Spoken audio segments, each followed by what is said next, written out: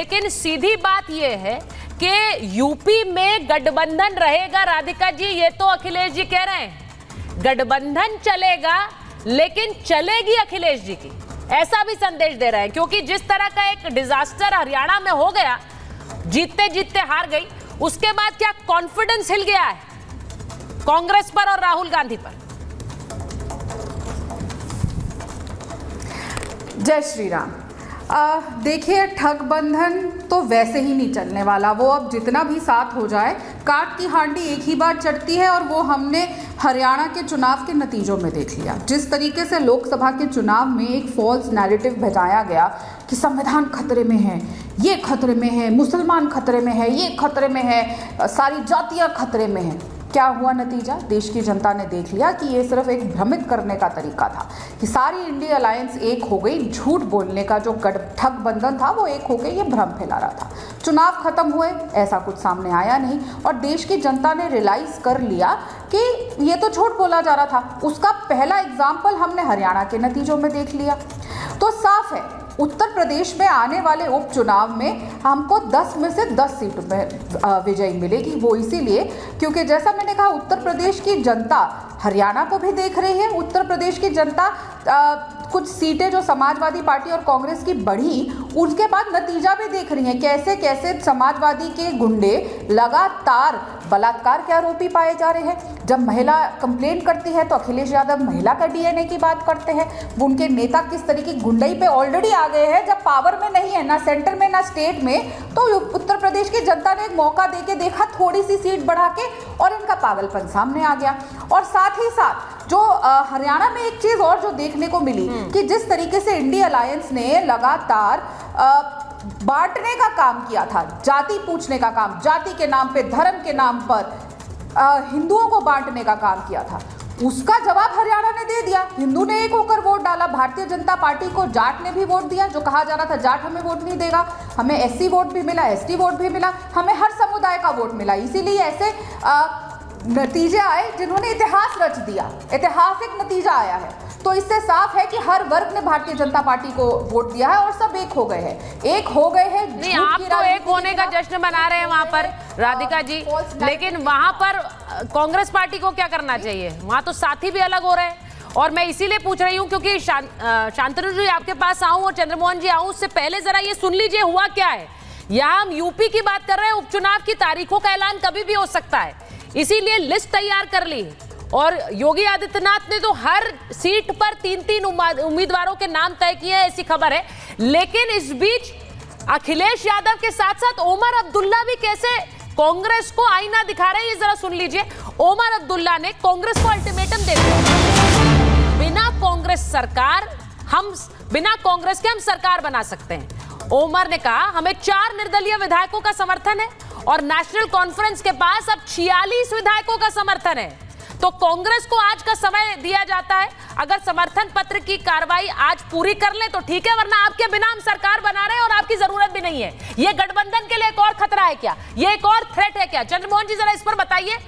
वहां अखिलेश जी ने लिस्ट तैयार कर दी, आप लोगों को कोई सीट नहीं दी, या उमर अब्दुल्ला कह रहे हैं हम सरकार भी बना लेंगे, आपकी जरूरत नहीं है।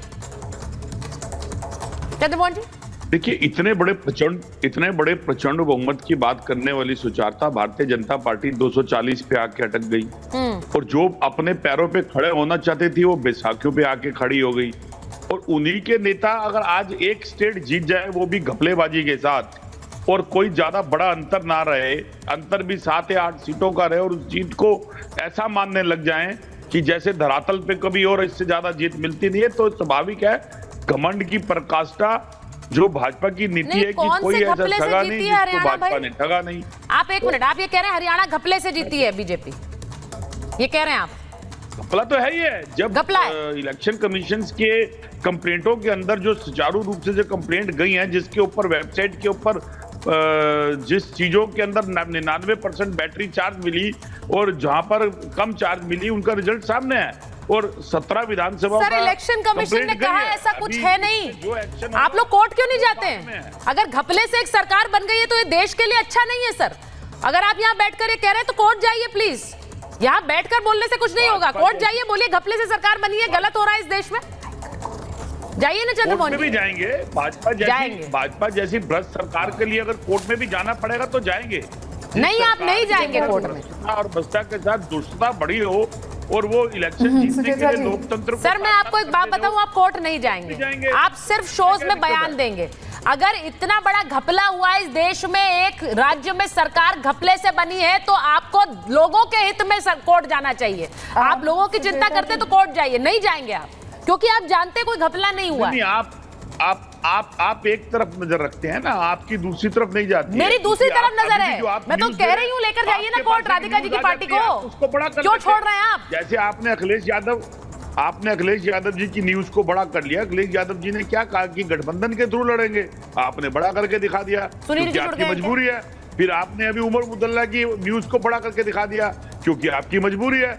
लेकिन आपको इंडिया गठबंधन दिखता नहीं है, और जहाँ के पढ़े लिखे प्रवक्ता बैठे क्या मैं बोल सकती सॉरी इंडिया को इंडी क्या नहीं देते हो, चंद्रमोहन जी, ऐसा कुछ उसका भी तो नहीं कोई है। जवाब नहीं करा मुझे जाता। सब दिखता है चंद्रमोहन जी, ये इस गलत फहमी में मत रहिए, मुझे सब दिखता है। इसीलिए मैं आपको एक अच्छी एडवाइस दे रही हूं कि आपको कोर्ट जाना चाहिए, आपको इन्हें एक्सपोज करना चाहिए। आप यहां बैठकर बड़ी बड़ी बातें ना करें, बात कोर्ट में रखें। ये तो मैंने अच्छी एडवाइस दी है आपको। मैं एक बार शांतनु जी के पास, राधिका जी आ रही हूँ, एक बार आ रही हूँ, शांतनु जी को ले लीजिए जरा स्क्रीन पर, शांतनु जी को दिखाइए और सुनील जी को जोड़िए।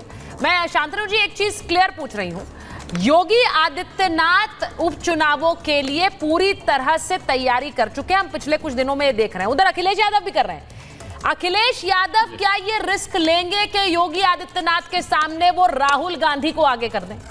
मैं डायरेक्ट पूछ रही हूं। देखिए सरोजा जी, अखिलेश यादव तो लोकसभा चुनाव के बाद उनको ये पता लग गया कि ये जो रिजर्वेशन का झूठ है, जो खटाखट का झूठ है, जो संविधान बदलने का झूठ है, बार बार नहीं चलेगा। तो वो तो विधानसभा छोड़ के लोकसभा भाग चुके हैं।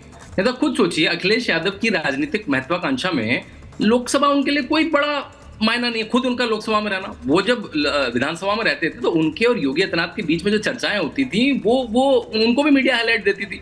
तो वो तो रण छोड़ के वैसे ही भाग चुके हैं, वो उत्तर प्रदेश का रण छोड़ के भाग चुके हैं। और अभी मैं सुनील साजन जी को देख रहा हूँ। सुनील साजन जी को जब भी मैं देखता हूं तो मैं प्रवक्ता से एक बार की गारंटी मांग लेता हूं कि भैया मेरी कोई पर्सनल हानि नहीं करेंगे, क्योंकि कई चैनलों पे सुनील यादव जी मुझे ओपन धमकी दे चुके हैं कि आप बातों से नहीं समझेंगे तो आपको और तरीके भी आते हैं। एक बड़े एक पत्रकार अमीश देवगन, उनको सुनील साजन जी ने कहा कि हमारी सरकार बनेगी तो हम आपको स्टूडियो से फर्जी केस में उठवा लेंगे। तो ये जो थोड़ी सी सीट आने के बाद गुंडागर्दी आ गई है, और तब भी सुनील साजन को समाजवादी पार्टी भेज रही है अभी भी। और सुनील साजन जी एमएलसी रह चुके हैं, कोई ऐसे छोटे मोटे नेता नहीं है। और उनकी चैनल पे भाषा देखिए, मैं आपको फर्जी स्टूडियो से उठवा लूंगा, आपको बातें नहीं समझ में आएंगी, मुझे और भी तरीके आते हैं। और उधर आप कांग्रेस को देखती हैं तो कांग्रेस और समाजवादी पार्टी में मुस्लिम वोट के लेके तानाशाही, एक तानातानी शुरू हो गई है। कांग्रेस कहती है मेरी वजह से मुस्लिम वोट मिला, मेरी वजह से दलित वोट मिला, समाजवादी पार्टी नहीं, मेरी वजह से मिला।